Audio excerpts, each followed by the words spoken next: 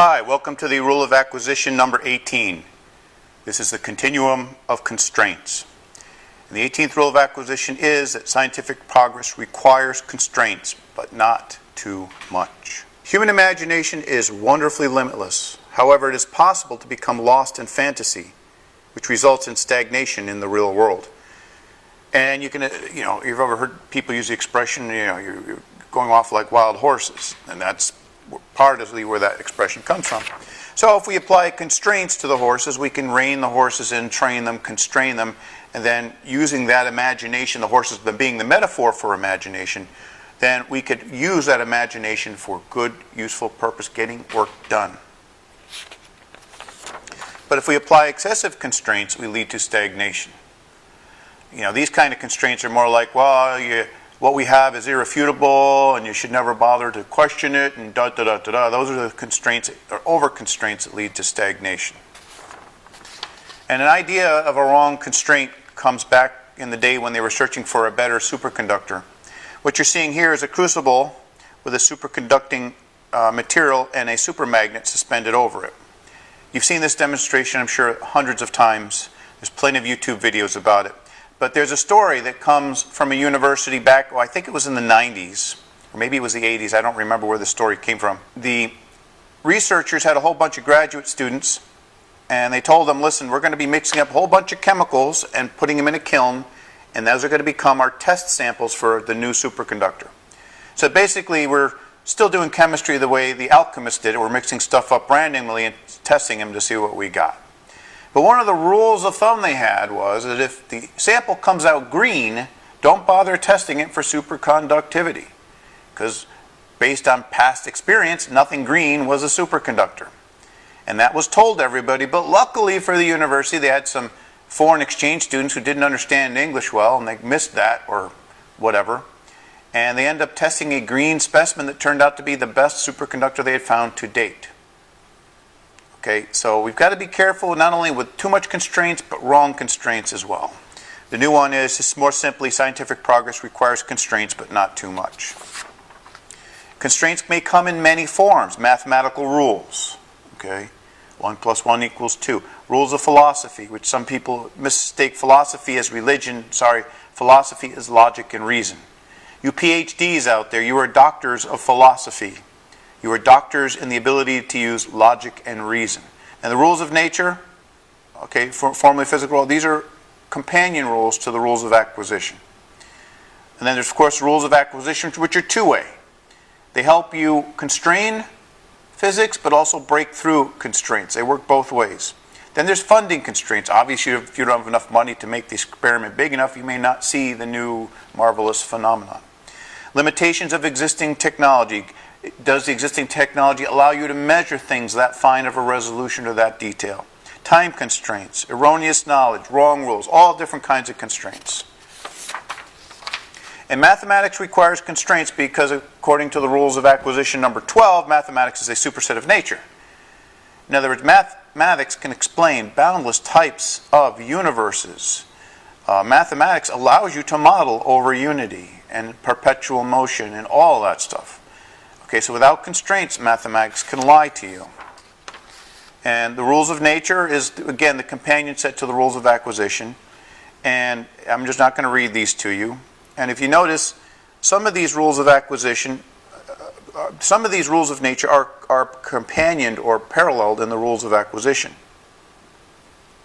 And we're going to be covering rule of acquisition 19 next. These help us constrain in mathematics and imagination to what we believe to be reality, of course. They're subject to human failings as well. Example of overconstraint, a form of overconstraint, using what's known as the Oberth effect. If you look up Wikipedia, this is what's explained in Wikipedia. The Oberth effect is a technique that generates far more useful kinetic energy than the total chemical energy of the propellant. This sounds a lot more like more energy out than you get in, or over unity. And if you model this wrong, that's exactly what it looks like. So let's model it wrong first. Let's first explain how the Oberth effect is used. What they do with a spaceship is they'll come and fall into the gravity well of a planet where they're moving the fastest. And when they're moving the fastest, they'll burn the fuel. such that when they come out, they'll have more energy in the starship than they would have if they burned up here. And I'm going to explain how all this works, okay? But you don't need to explain this effect in terms of being in the the gravity well of a planet. It can be explained using simple linear motion. So let's take case one. Given a stationary starship, the starship burns enough fuel to accelerate to 10 meters per second, and its weight after the burn is 100,000 kilograms.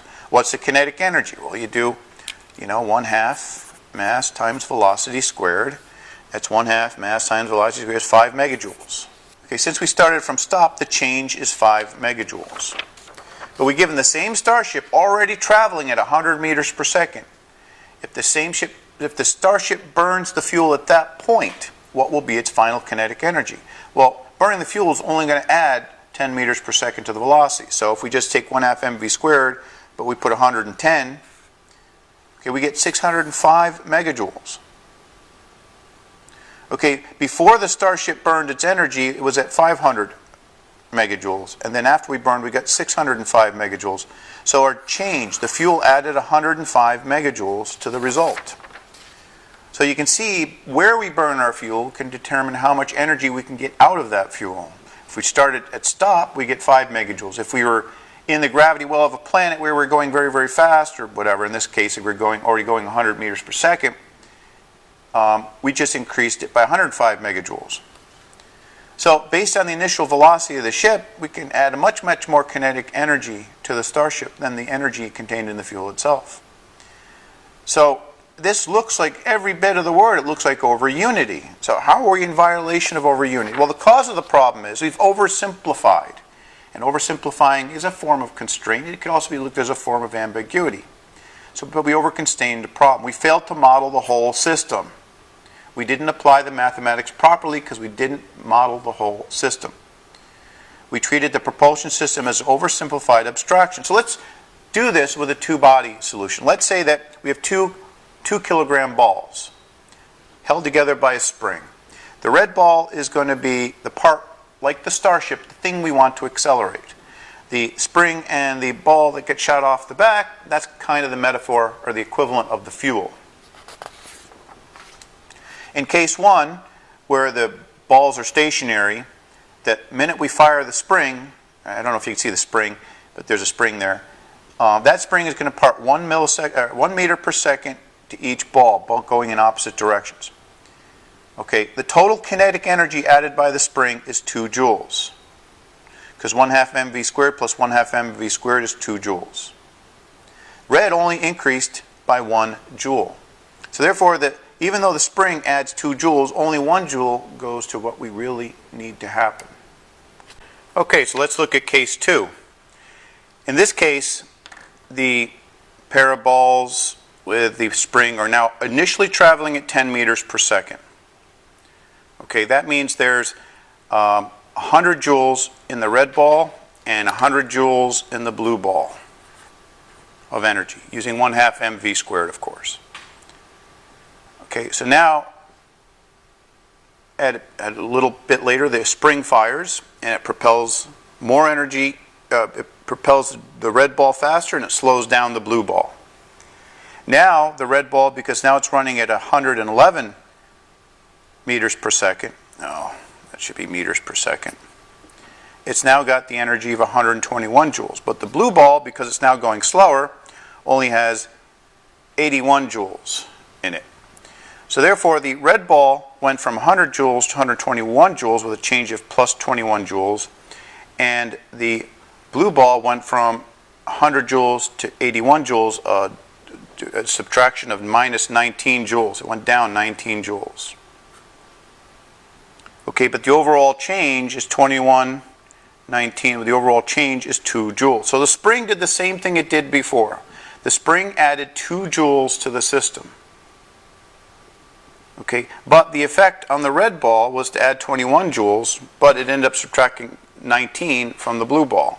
So the net is still 2 joules, but if we look at it, if we ignored the fuel, it looks like we put 2 joules in and got 21 joules out on the red ball. And that's how the Oberth effect works, because what we're trying to do is get the red ball to go faster. And if we could expend that 2 joules of energy and make the thing we give more energy, transfer more energy to the thing we want, then we're actually effectively getting more, we're making more efficient use of our fuel. Let's just say it to you that way. But if you didn't model the fuel being shot off the back of the spaceship, you could get the false impression that you're getting more energy out than you're putting in. But in both cases, case 1 and case 2, the spring only ever adds 2 joules to the system. Okay, so we got to understand that if you fail to model your system completely, that's why in the rule of acquisition, the 12th rule of acquisition, it's possible for mathematics to lie to us. It's possible that if we don't apply the proper constraints or don't apply the math, we could do the math right, but if we model the system wrong, we could get false conclusions. Mathematics allows over unity. And so that's why we need constraints, so that we can understand, oh, gee, we must have done something wrong here because it looks like we got over unity. But once we model the whole system, woof, away goes the over unity. We understand what's going on. That's why we need constraints in both imagination and mathematics. Without the constraints, you could be led to a false conclusion. Okay, again, the math was done correctly in both cases, and that's why 12th rule of acquisition is the math is a superset of nature. Math allows over unity, and that's why the 12B rule of acquisition is math requires constraints. And again, 12A, derivations are not proof, because you may have done it wrong. Derivations prove nothing, because you can do the mathematics 100% correctly, but if you model the system wrong, you can get complete gibberish. The brain, mathematics, computers are all the same. Gibberish in gives you gibberish out. Garbage in, garbage out. Okay, rule of acquisition 18A, too much or too little constraints beget paradoxes and violations. And I'm going to give you a little proof. This isn't a perfect proof. That over unity is impossible because we are still here. If over unity were possible, some government would have weaponized it a long time ago, and an over unity device by definition would have probably destroyed the Earth. So, but don't get confused over unity with free energy. Okay, free energy, it does exist. Free energy is solar panels, because once your initial investment, there's no cost for the energy being pulled from the sunlight or from the wind or from the water. Of course, you know, in these cases, the utility is going to charge you for the maintenance of the structure and all, whatever, whatnot. So there is maintenance costs with quote-unquote free energy. And polytheism. Because we don't know enough, we have limited constraint, or limited knowledge, which is a form of constraint. There will exist many useful theories which will fit our limited knowledge. Therefore, we should not devote our efforts to a single theory or any branch of science. And the argument for this polytheism follows. This polytheism, not polytheism, polytheism meaning that we should allow and accept and use more than one theory that fits the data. And there will be more than one theory that fits the data because we have a limited footprint in the universe. We'll be releasing videos regarding the new rules of science, and that'll go into the footprint paradigm and all that stuff. But let me give you an example. Suppose we had 4 very different functions of x. Okay, and if we were to constrain those functions about a given point, those functions would only ever yield the same answer. So if you over-constrain models, more than one model will fit the limited data that you're looking at. The next page is basically a blow-up of that. And so we have 17b, the rule of acquisition 17b, constraints beget ambiguities. Constraining to a very narrow region, it may be impossible to discern which function best fits the experimental data. And we saw that in the foundation series. We had 4 models, all based on very different ideas that gave identical answers to the quad loop experiment. And that gives us rule of acquisition 18b. If very different theories yield identical results, look for a constraint. And again, repeating acquisition 17b, constraints beget ambiguities. And let me show you the example with new induction. New induction is a spherical field model that I developed. It's in the foundation series, and many of you probably already seen it. If we apply new induction to a closed loop mutual induction experiment, we get this mathematical model. If you apply vector magnetic potentials in classical theory to a system of closed loops, you get what's called the Newman equation, which looks nearly identical to the application of new induction. And most idiot physicists will say right now, well, son, you just basically re-derived Maxwell's equation. No. That's the automatic thing that physicists say because they can't believe that there could be more than one model that gives you identical answers for the same constrained system. The difference, big difference here is vector magnetic potentials are limited to closed loops. New induction is not. And the reason why they're not the same thing is because new induction is based on a spherical field where the vector magnetic potentials are based on the Biot-Savart model, which is a transverse model relative to a moving charge. And the reason why these give the same answer is the same as the other example before. They're constrained to a limited data set where they both agree.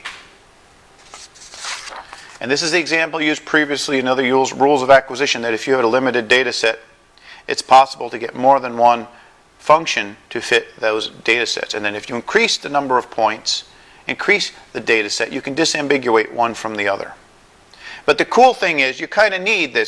Then this is the way science should be done. This will be another paradigm of science video that will be coming out as well, is that the proper way to do science is if you have a data set, you have to go and find all of the mathematical models that fit that data. Because then, where these are, you can use that information from those other models to determine where to go to disambiguate. And they drive science. As opposed to assuming that the one model that fits these 4 points is going to be good everywhere, that tells you nothing. You need to find all the models that fit the data so you know how to disambiguate, and that disambiguation will help drive science. Again, 18b, if very different theories yield identical results, look for a constraint. So limited knowledge is a constrained data set for which plurality of theories could fit. Okay, you can fit, if you have a limited data set, you could fit dark matter, holographic data. I mean, look at the JFK assassination conspiracy theory. With the limited data points that we have for that, look at all the theories people were able to come up that explains all of those observed points. With a limited data set, more than one theory will fit. Okay, our footprint in the universe includes our knowledge, our range, speed of travel, our span, time, our precision and accuracy of our observations. If limited, missing, or wrong knowledge all reduce our footprint in the universe, which begets ambiguity, which beget false models. And an example, if this is the surface of the Earth, if we're back in the ancient Egyptian days where we only know about that much of the Earth, well, we could easily say we live on a flat Earth until our footprint expands, our ability to travel, and our ability to have telescopes that allow one ship to look over the horizon to see the masts of the other ship, or the hull of the other ship fall below the horizon, meaning that the only way that could happen if you're on a sphere. And that's one of the ways early sailors realized that we might be on a sphere, because when they were able to look at a distant ship, they could only see the mast of the ship over the curvature of the Earth. And the telescope was an invention that helped them see that better. So that's why a constrained footprint in the universe will beget lots of false models. And in our limited footprint, there may be more than one data set that give us identical results. And the only way to disambiguate one from the other is to expand our footprint. And that's why the theory of relativity, they found very few false things with it, because we don't have a big enough footprint in the universe to prove that the theory of relativity is correct. Again, you can read that. 18c, because of our small footprint, we should encourage polytheism, the coexistence of multiple useful theories. Polytheism is the fastest way to disambiguate, thereby increasing our footprint. Monotheism, which we practice heavily now, is not practical. Because if this is all you know, you could have a lot of different theories that fit the data, and to adhere to only one of those models, which is monotheism, doesn't tell you much. Once you have polytheism, you can extend those polytheoretical models out beyond what you know and say, hey, you know, we should go and look here. Because that's where these models disagree, and we should get some data points there, and we can disambiguate. So polytheism will drive science faster than this silliness of holding on to only one theory and believing that's irrefutable and no one should challenge it. That is the most stagnant baloney in science today. And I showed you with new induction and classical theory, both give identical results to closed loop systems. It's when you disambiguate by going to open loop systems, you can disambiguate one over the other. Scientific frauds are abetted by constraints. Most of the scientific frauds out there cherry pick their data to those case examples that fit their pet theory they're trying to push. Examples abound. A good theory should explain all of the data. And finally, rule of acquisition 18E. If you are thinking outside of the box, you are still constrained by a box. Okay, wrap up. Too little constraint causes humanity to stagnate in fantasy land, chasing unicorns that are ultimately not true. Too much constraint causes stagnation in many different ways, as described here, and monotheism is one such constraint. Okay, we need to understand that when observed data is limited because of our small footprint, polytheism should be encouraged. Okay, when we look back at rule of acquisition 11D, monotheism is not practical. And again, monotheism is a belief in only one theory. Like only relativity can explain. That's baloney. We should be looking for every possible theory that explains everything.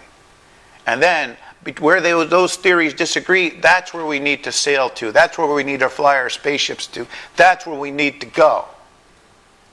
Polytheism will drive science faster. Thank you very much.